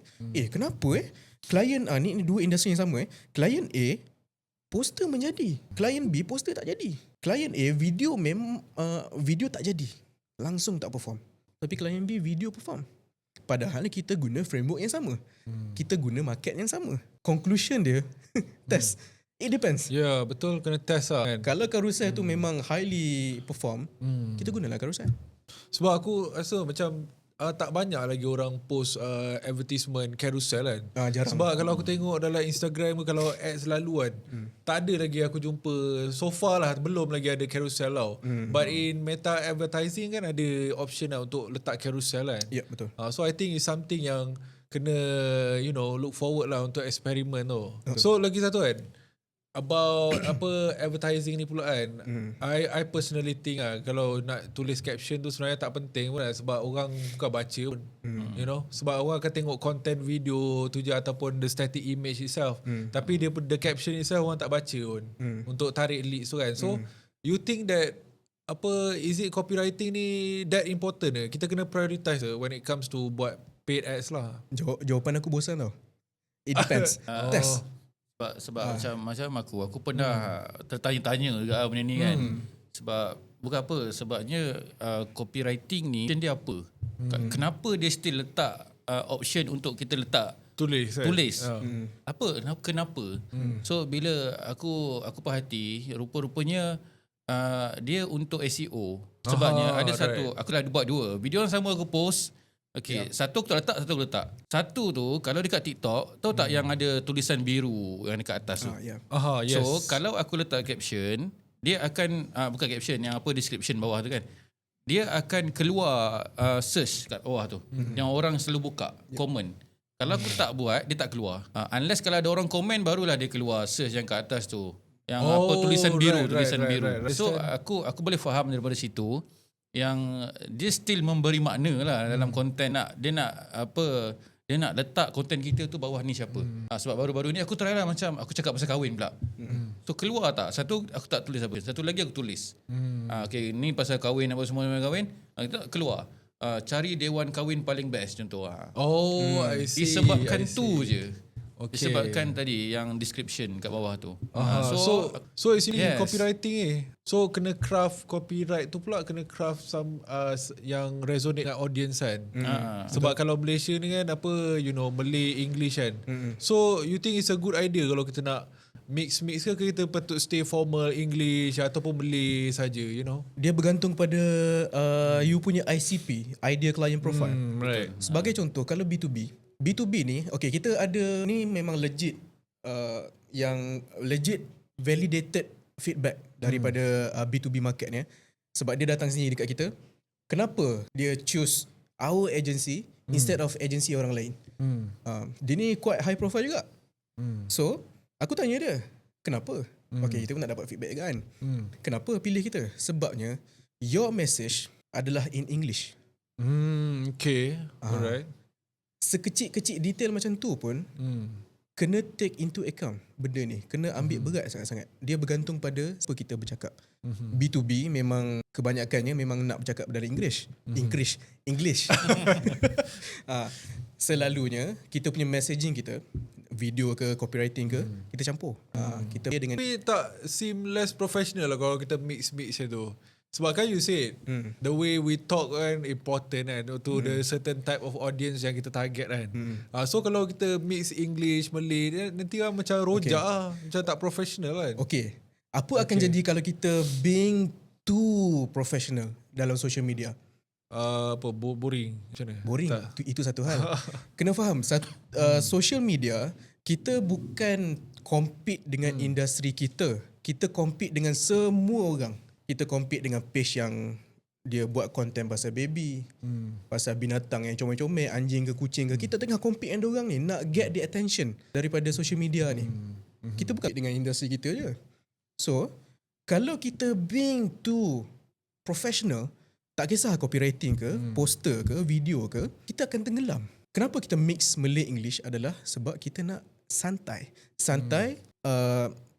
Simultaneously kita nak sound professional as well. Sebagai contoh kalau kita nak cerita bagi pasal example lah. kita nak cerita pasal poster kan. Selalunya apa typical poster untuk insurance agent? Apa? Jangan tunggu sakit. Apa tu ni? Oh, bukan. Elemen dia pakai blazer, lepas tu peluk tubuh, nampak profesional. Yes, of course betul. Insurance agent kena nampak profesional. Cumanya kalau poster kita sama macam orang lain, what make, betul tak? So, dalam social media, kita punya poster, copywriting and overall kreatif kita kena fikir macam mana kita nak be different. Itulah unique mechanism kita. Term dalam marketing, unique mechanism kita. How to be different. I see. So okay, kita kan ada package kan where untuk B2C kan.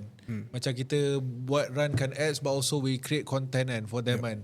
But what if like let's say this business owner ni kan, dia ada macam let's say sehari tu je untuk buat content tau. So boleh tak kita repurpose content tu jadi macam 10 types of contents? What do you think as a content specialist?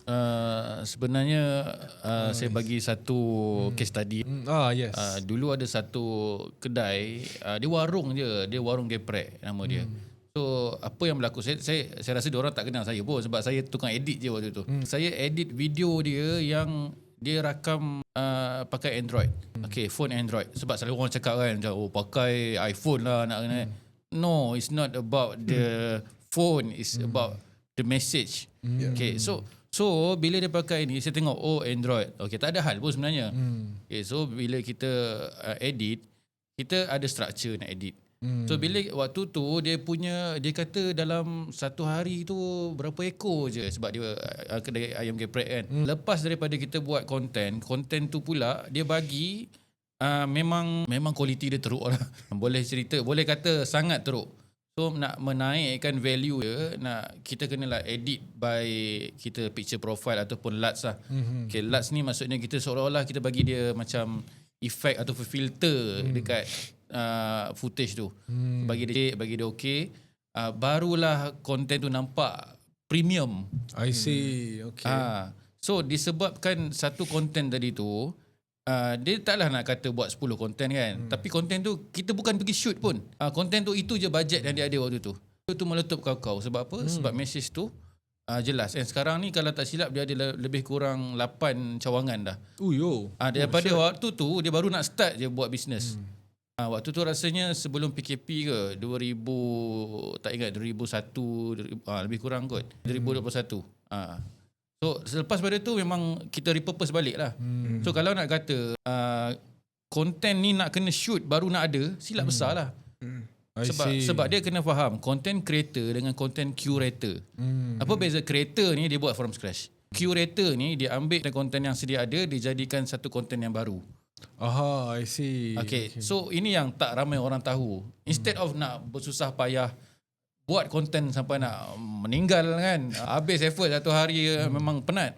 Apa kata kita ambil konten yang menjadi, and then kita repurpose balik ikut macam style kita. Dia ada cara lah, tak nak bagi kena macam violation kita kata macam copyright. Ada cara sebenarnya, cuma kita kena sentiasa aware lah benda ni. Apa benda yang bersalah kat situ kan. So macam itulah cerita dia. Kena curate. Lagi best daripada create. Right, okay. Lagi save time and energy lah. Lagi rendah effort lah. Ya, betul. So apa tadi kan kita cerita pasal B2C kan, dia bagus relying dia punya marketing dia on UGC content kan, UGC kan, user generated content kan. Tapi how do you actually nak encourage followers ni untuk buat the content, you know?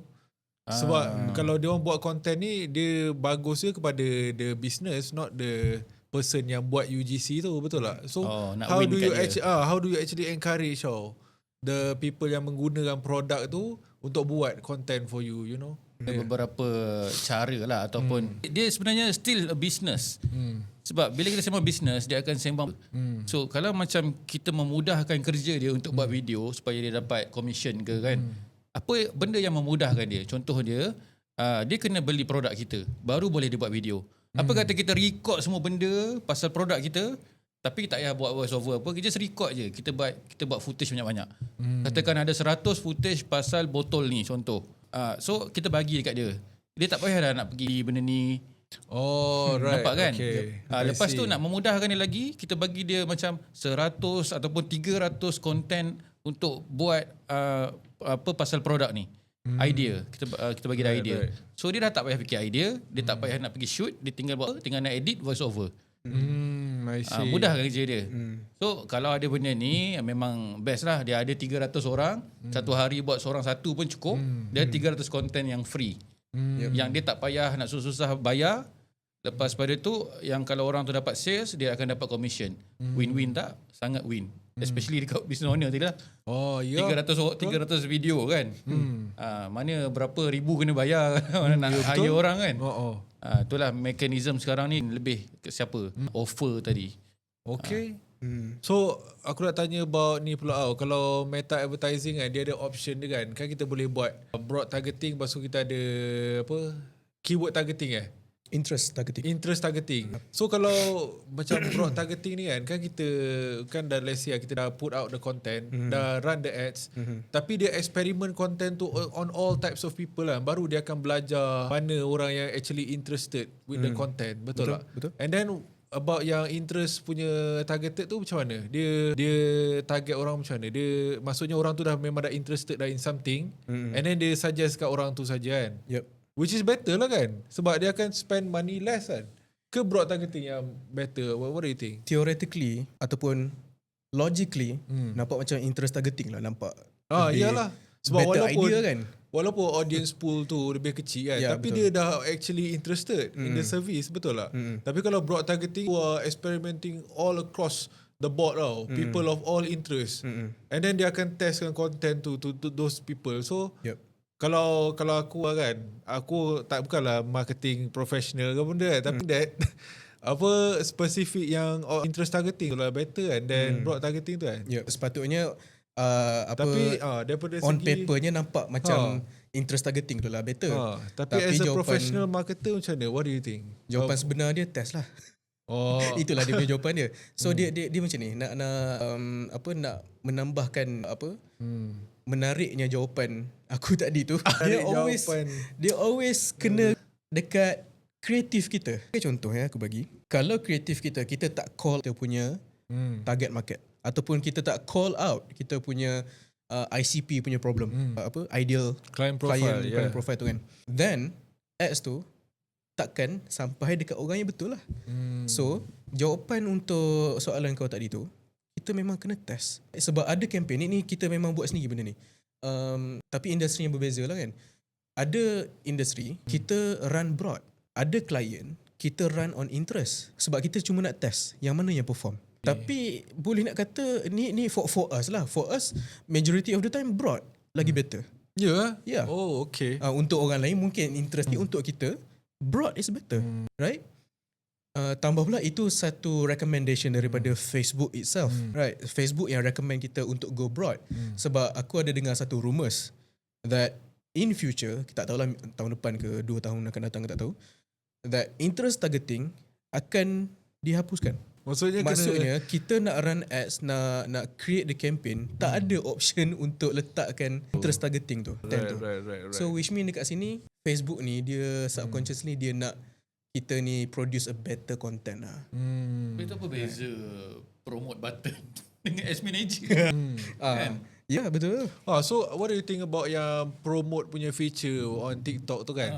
Does it actually kalau Facebook kan dia target orang based on interest lah, age, location apa kan. Tapi kalau TikTok dia target orang based on apa yang hot je kan. Macam dia tak ada demographics kan. Tahulah dia punya mekanisme macam mana. Kena tanya orang pakar. Macam mana Untuk TikTok aku tak tahu. Aku cuma lebih pada Facebook. Okay, aku rasa lah TikTok punya button promote and Facebook punya boost post tu, aku rasa function ni sama. Tapi dekat Facebook boost post tu, dia punya function dia adalah macam awareness punya objektif. So which mean kita hanya nak, okay, sebagai contoh ni Facebook. Aku nak tekan boost post ni. Aku bagi RM30 sehari dekat Facebook. Okay, aku kena boost post. Aku cakap Facebook, aku bagi kau duit RM30 sehari ni, aku nak kau tolong hantar je konten aku ni dekat orang yang nak tengok sahaja. Okay. So which mean boost post tak ada function apa-apa. Boost post hanya untuk nak meningkatkan reach. That's all. I see. Kalau kita menggunakan ads manager, kan, itu lain cerita sebab banyak objektif. Ada objektif lead generation, engagement, something like that. Sebagai contoh, kita ambil objektif dekat Facebook ads manager tu, kita ambil objektif lead generation. Kita akan bagi duit kat Facebook. Okay, Facebook, aku bagi kau RM100 sehari ni, aku nak kau pergi cari orang yang suka, yang ada high tendency untuk submit form dekat landing page. Kalau aku buat objektif awareness sahaja semata-mata macam boost post tu, dia akan hantar randomly dekat orang yang hanya lalu je, hanya tengok je. So which mean Facebook ni boleh nak kata lurus bendul lah. Lurus bendul. Kita hanya bayar dia untuk dia letakkan dekat orang yang betul. Untuk kita letakkan konten dekat orang yang betul. Sebab tu bila orang cakap, oh Facebook ni dah tak relevan lah sekarang. Kenapa pula kan? Facebook ni lurus bendul kan? Yang salahnya kita lah. Konten kita tak best. I see. Okay. Macam tu. So aku nak tanya both you guys lah kan. Yeah. Since we have 15 minutes lagi of the podcast, brother. Kita dah bebel selama. Silakan. So aku nak tanya kan, apa most B2B marketers kan, dia takut tau untuk buat bold offers. Ni opinion from you both lah. Sebab dia takut nampak desperate sangat tau bila buat bold offers tu. So tapi kita dalam market yang sangat kompetitif tau. Okay. Kan? Offer kalau biasa mesti drowning kan, mesti tenggelamnya kalau kita buat offer biasa. Nobody's gonna pay attention to us kan. So what's the sweet spot? Apa yang bold is bold enough, you know? What's bold yang bold enough? Cuba bagi contoh spesifik kan. Macam contoh kan, kalau kita buat offer, macam contoh kalau buat web design service lah, RM500 tak bold kan. Okay. Tak bold, it's like biasa-biasa. Tapi kalau buat bold offer kan, web design service free, you know what I mean? Tapi tak profitable pula pada kita. So, maksud aku apa yang bold is bold enough, you know? Apa offer yang bold but is bold enough, not too bold, not too you know? Okay, so macam pengalaman saya lah kan, sebab kalau saya restoran, saya suka makan dekat satu kedai nama dia ayam gepuk Tok Global. Okay. Apa benda yang dia buat? Dia bagi free refill nasi dengan free refill sambal. Okay, sambal dia ada dua jenis, yang pedas tu dengan yang gajus tu. So kalau kita tengok kan, average manusia dia boleh makan kat situ ditambah 2 kali je pun. Maybe lah orang boleh makan 3 kali, 4 kali tu kalau seorang je lah manusia tu dalam satu hari tu. Okay, so apa sweet spot dia kat sini? Dia bagi offer dia unlimited refill. Aku dengar tu macam aku boleh tambah 1 juta kali, 100 kali aku boleh tambah. Tapi dah kenyang lah nak kali kedua kan. So dekat situ dia dah faham dah. Okay, dia bagi harga tu memang untuk contohlah nak makan 2. Tapi kalau orang tu tambah 2 kali, dia win. Contoh lah kan. Tapi kalau katakan orang tu tambah 3 kali, dia tak loss pun. Ya, betul. So sweet spot dia kan ada dekat situ. Tu yang aku nampak macam Tok Global punya business model ni nice juga. Ramai juga orang tiru. Cuma tak tahulah kan, bila dah main volume, dia dah boleh cover dah benda tu. Sweet spot antara dua tadi lah. Tu aku punya apa yang aku nampak lah. Betul. Nampak macam ni? Aku nampak kalau kita ambil contoh web development tadi tu. Web design service tu. Okay, aku ambil quote daripada seorang global marketer ni, nama dia Sabri Subi. Okay, dia cakap, kita sebagai founder, kalau kita setiap malam kita boleh tidur dengan nyenyak, maksudnya offer kita tak cukup kuat. Kalau offer kita cukup kuat and orang rasa macam, bodohnya aku tak ambil offer ni. So maksudnya kita sebagai founder, aku tak boleh tidur malam ni. Macam mana kalau aku rugi dengan aku buat offer macam ni? Maksudnya offer kita dah cukup kuat lah tu. Kan? So boleh nak kata jarang lah orang boleh buat offer yang gila bold macam boleh bagi free macam tu kan. Tapi sweet spot dia adalah bagi aku tak suka buat money back guarantee. Sebab apa? Dia ada psychology behind this. Aku tak suka buat money back guarantee adalah disebabkan aku tak nak attract orang yang dah pun subconsciously give up awal. Aku nak business owner yang nak ambil servis kita ni adalah business owner yang dah ready untuk partner dengan kita. Sebab kalau dia nampak money back guarantee, tak apalah kalau aku fail ke, aku tak fail ke, aku boleh ambil duit dia balik. Kan? So aku tak suka buat money back guarantee. So sweet spot dia adalah dengan cara the content itself dalam landing page sebagai contoh kan. Content kita ke ataupun waktu kita closing the deal ke apa kan, kena perbanyakkan numbers. Okay. Numbers tu boleh nak kata dalam B2B market lah. Dalam B2C aku tak sure sangat. Dalam B2B, directors, high level C-suite ni kan, dia banyak tengok numbers tau. Logical punya person. Kan? So macam aku cakap tadi lah, nak buat headline, letak numbers and back up dengan proof. Okay, headline sebagai contoh, how we help this client A generate 1 million views within 6 months. Wish, macam best. 1 million visitors dekat landing page, dekat website dalam masa 6 bulan. Okay, betul ke claim ni? Okay, aku scroll kat bawah sikit, okay, ada proof. So maksudnya aku dah tak pandang dah kau punya money back guarantee ke, kau nak buat free ke tak. Aku just nak result tu sahaja. Aku tak kisah pun website kau nak design macam mana, nak buat warna apa tu, kita kisah kan. Brand punya colour scheme. Aku tak kisah apa vehicle yang kau nak buat, asalkan kau ada proof yang kau boleh bring me 1 million views dalam masa 6 bulan dekat aku punya website. Itu yang penting ni lah, dan sweet spot untuk B2B market ni. So aku nak tanya kau kan, apa as your experience as a digital marketer all these years kan, apa the highest return on ad spend yang kau pernah dapat for a client, highest lah in your experience, yang paling macam let's say it's like unbelievable lah apa yang kau dapat tu. Tak adalah unbelievable sangat kan. The highest one adalah 37 times return on ad spend. And then what strategy did you use masa tu untuk dapatkan 37 ROAS tu? Okay, sebelum tu kita cerita numbers dulu. Ad spend hanya 1,500. $1,500 lebih kurang macam tu. Okay. Dia punya sale dia 100k. Really? Yeah, 100k? 100k. So apa yang kita buat adalah ads 1,500. Macam tak banyak strategi sangat je. Memang pun tak banyak pun strategi dekat ads. Tapi kita banyak strategi dekat back end.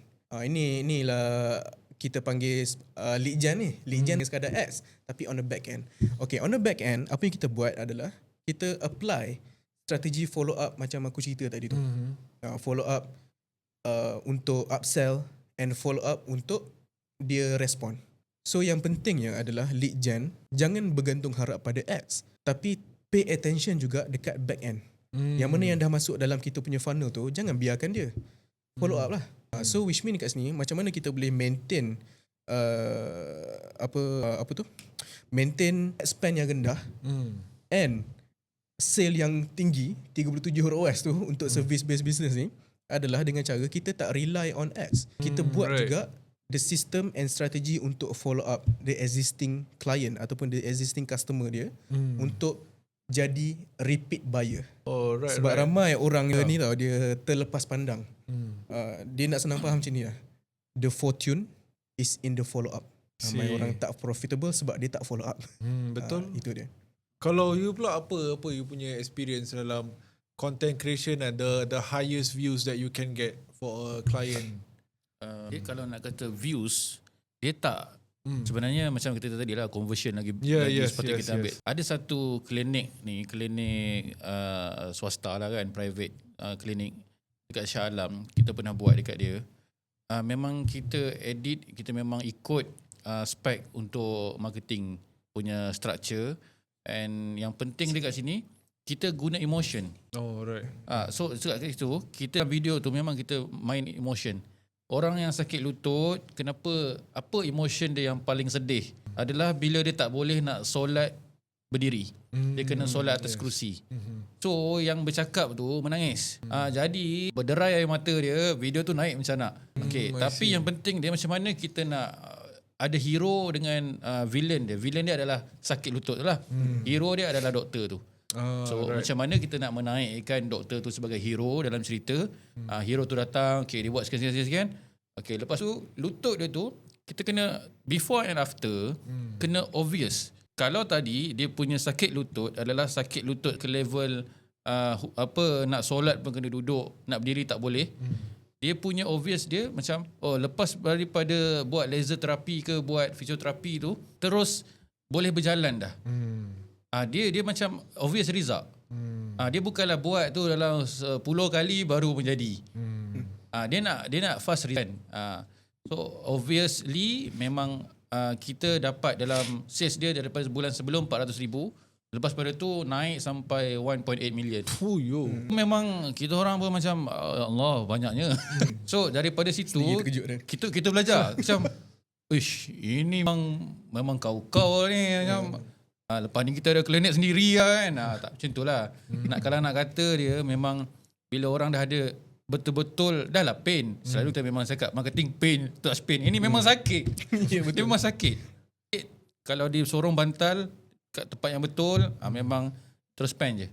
And dia 3 bulan tau. 3 bulan punya 80 patient. Selama 3 bulan. Gila. Waktu awal-awal tu semua orang call dia tak berhenti, kena kecam bagai semua. Tak boleh nak angkat call sebab yang datang tu baris. So daripada situ saya nampak kita main gameplay conversion. Convert lagi better daripada viral. Tapi dapat viral yang convert Bonus lah. wah, tu rezeki menang besar lah. Macam yang klinik tu dia menang besar sebab video tu viral dekat Brunei, viral dekat Singapura, masuk dekat WhatsApp. Tak tahu siapa download. Sampai kan masuk dalam family, belah family ayah saya masuk, belah family mak saya masuk. Mak saya forward saya, ni bukan video yang saya buat ke? Video saya buat. Macam mana boleh dalam ni? Saya masuk dalam grup kan semua. Sampai ke level macam tu. Dia punya bila message tu sampai sangat jelas.